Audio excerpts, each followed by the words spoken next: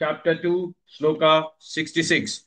Nasti buddhirayuktasya, Nasti buddhirayuktasya, Nasti buddhirayuktasya, Nachayuktasya bhavana, Nachayuktasya bhavana, Nachayuktasya bhavana, Nasti buddhirayuktasya, Nachayuktasya bhavana, नास्ति बुद्धिरयुक्तस्य न चायुक्तस्य भावना नास्ति बुद्धिरयुक्तस्य न चायुक्तस्य भावना नास्ति बुद्धिरयुक्तस्य न चायुक्तस्य भावना नास्ति बुद्धिरयुक्तस्य न चायुक्तस्य भावना न चा भावयतः शान्तिः न चा भावयतः शान्तिः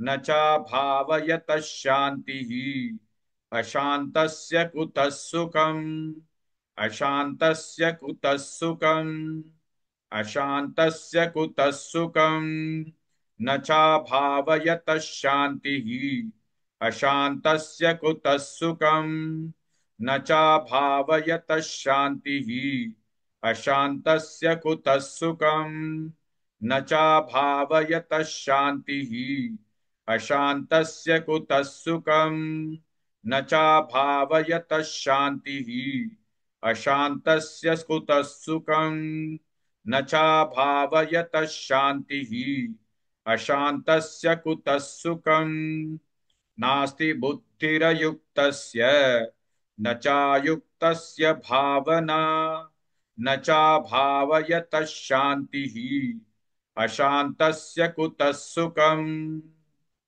Please like and share this video because you could be instrumental in helping someone around the world recite the Srimad Bhagavad Gita, thereby helping them to have a life of unending opulence, victory and prosperity. This is mentioned in chapter 18, Sloka 78. Yes, don't forget to buy my book, Leadership Can Be Child's Play. Namaste.